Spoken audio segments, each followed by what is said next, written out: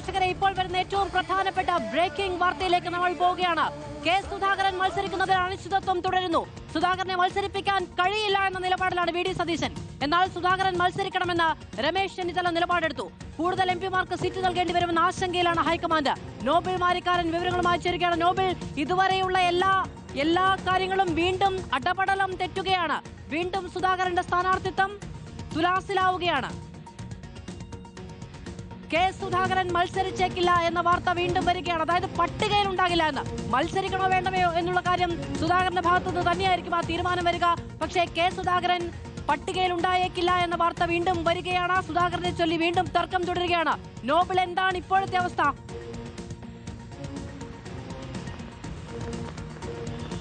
മധു, K സുധാകരന്റെ പേരിനെ ചൊല്ലി വീണ്ടും ഇപ്പോൾ പട്ടികയിൽ തർക്കം ഉണ്ടായിരിക്കുന്നു. തർക്കം എന്ന് പറയുമ്പോൾ പല നേതാക്കൾ പല തട്ടിലാണ് ഇപ്പോൾ ഈ കാര്യത്തിൽ എന്നാണ് നമുക്ക് വിവരം പുറത്തേക്ക് വരുന്നത്. കെ സുധാകരന്റെ കാര്യത്തിൽ വേറെ ചിന്ത വേണ്ട, വേറെ പുനരാലോചന വേണ്ട എന്ന് നിലവിൽ വി ഡി സതീശൻ അടക്കമുള്ള ആളുകൾ നിലപാട് സ്വീകരിച്ചിട്ടുണ്ട്. കാരണം കേന്ദ്ര തിരഞ്ഞെടുപ്പ് സമിതി ഇന്നലെ 2:30 വരെ യോഗം ചേർന്നാണ് കണ്ണൂരിന്റെ അടക്കം സ്ഥാനാർത്ഥിയെ പ്രഖ്യാപിക്കാനുള്ള തീരുമാനം എടുത്ത് ഒറ്റപ്പേരിലേക്ക് എത്തിയത്. ആ പശ്ചാത്തലത്തിൽ ഇനിയിപ്പോൾ അതിൽ ഒരു മാറ്റം വരുത്തുന്നത് അത് വലിയ തരത്തിൽ പ്രതിസന്ധി ഉണ്ടാക്കും എന്നാണ് ഇതിൽ ചില ആളുകൾ അഭിപ്രായം രേഖപ്പെടുത്തിയിരിക്കുന്നത്. അതേസമയം രമേശ് ചെന്നിത്തല ആകട്ടെ കെ സുധാകരനെ മത്സരിപ്പിക്കുന്ന നിലപാടിൽ ഉറച്ചു നിൽക്കുകയാണ്. രാവിലെ രാഹുൽ ഗാന്ധി വിളിച്ചപ്പോഴും കെ സുധാകരനെ മത്സരിപ്പിക്കാമെന്ന ഉറപ്പ് രാഹുൽ ഗാന്ധി രമേശ് ചെന്നിത്തലയ്ക്ക് നൽകിയിരുന്നു എന്നാണ് നമുക്ക് അറിയാൻ കഴിയുന്നത്. അതിന്റെ അടിസ്ഥാനത്തിലാണ് ഇത്തരത്തിൽ കെ സുധാകരനും ഇത്തരത്തിൽ അനുനയ നീക്കത്തിന് ഇന്നിപ്പോൾ തയ്യാറായത്. അനുനയ നീക്കത്തിന് വഴങ്ങുകയും ചെയ്ത് ഇതുവരെ കെ സുധാകരൻ മറ്റ് പരസ്യ പ്രതികരണങ്ങളോ വാർത്താ സമ്മേളനമോ നടത്താതെ മാറി നിന്നതിന് പിന്നിലും ആ തരത്തിൽ രമേശ് ചെന്നിത്തല നൽകിയ ഉറപ്പ് ഒരു പ്രധാന ഘടകമായിരുന്നു. എന്താണെങ്കിലും വീണ്ടും പട്ടികയിൽ നിന്ന് കെ സുധാകരന്റെ പേര് മായുന്നു എന്ന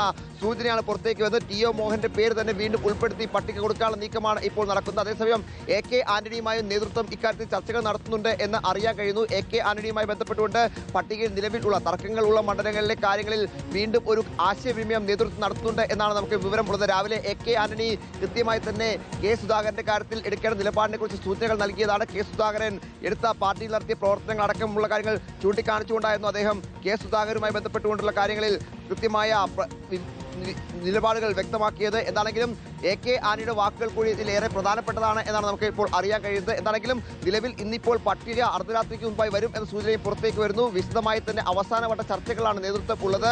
ഇതിൽ പല മണ്ഡലങ്ങളിലും മാറ്റങ്ങൾ ഉണ്ട് എന്നുകൂടി നമ്മൾ ഈ ഘട്ടത്തിൽ മനസ്സിലാക്കേണ്ടതുണ്ട്. പ്രത്യേകിച്ച്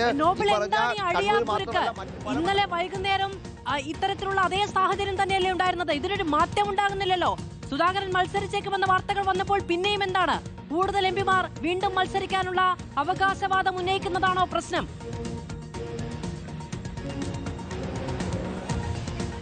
തീർച്ചയായും മാധു, കൂടുതൽ എംപിമാർ കൂടി മത്സരരംഗത്തേക്ക് വരുമോ എന്ന ആശങ്ക ഇതിൽ ഹൈക്കമാൻഡ് ഉണ്ടായിട്ടുണ്ട്. ഇതിനോടകം തന്നെ ഇതിൽ കെ സുധാകരന് ഇളവ് നൽകും എന്ന റിപ്പോർട്ടുകൾ വന്നതിന് പിന്നാലെ ഇതിൽ പ്രധാനമായും കോന്നി ആവശ്യപ്പെട്ടുകൊണ്ട് അടൂർ പ്രകാശ് എം പി വാദങ്ങൾ ഉന്നയിച്ചിരുന്നു. കോന്നിക്ക് അവകാശവാദം ഉന്നയിച്ചിരുന്നു. താൻ മുൻപ് MLA ആയ സ്ഥലമാണ്, തീർച്ചയായും വിജയിക്കാൻ കഴിയും. നേരത്തെ കോന്നിയിലെ വിജയത്തിന് വേണ്ടി ആത്മാർത്ഥമായി പ്രവർത്തിക്കും എന്ന് വ്യക്തമാക്കിക്കൊണ്ട് സമൂഹ മാധ്യമത്തിൽ പോസ്റ്റിട്ട അടൂർ പ്രകാശ് ആ പോസ്റ്റൊക്കെ പിൻവലിച്ചുകൊണ്ട് സീറ്റിന് വേണ്ടി വലിയ സമ്മർദ്ദം ഇതിനിടയിൽ ഉയർത്തിയിരുന്നു. അത് വലിയ തരത്തിൽ ഹൈക്കമാൻഡിൽ ചില ചലനങ്ങൾ ഉണ്ടാക്കി എന്നാണ് അറിയാൻ കഴിയുന്നത്. കാരണം കൂടുതൽ എംപിമാരും ഇതുപോലെ സീറ്റുകൾ ആവശ്യപ്പെട്ട് വരുന്ന സാഹചര്യം ഉണ്ടായിക്കഴിഞ്ഞാൽ, പ്രത്യേകിച്ച് MK രാഘവൻ അടക്കമുള്ള ആളുകളും സീറ്റുകൾ ആവശ്യപ്പെട്ട് രംഗത്തേക്ക് വരുന്ന സാഹചര്യം ഉണ്ടായാൽ അത് വലിയ പ്രതിസന്ധിയാകുമെന്ന് നേതൃത്വം വിലയിരുത്തുന്നു. എന്താണെങ്കിലും വലിയ ആശയക്കുഴപ്പമാണ് ഇപ്പോൾ ഈ പട്ടികയുമായി ബന്ധപ്പെട്ട് അവസാന നിമിഷവും ഉണ്ടായിരിക്കുന്നത്.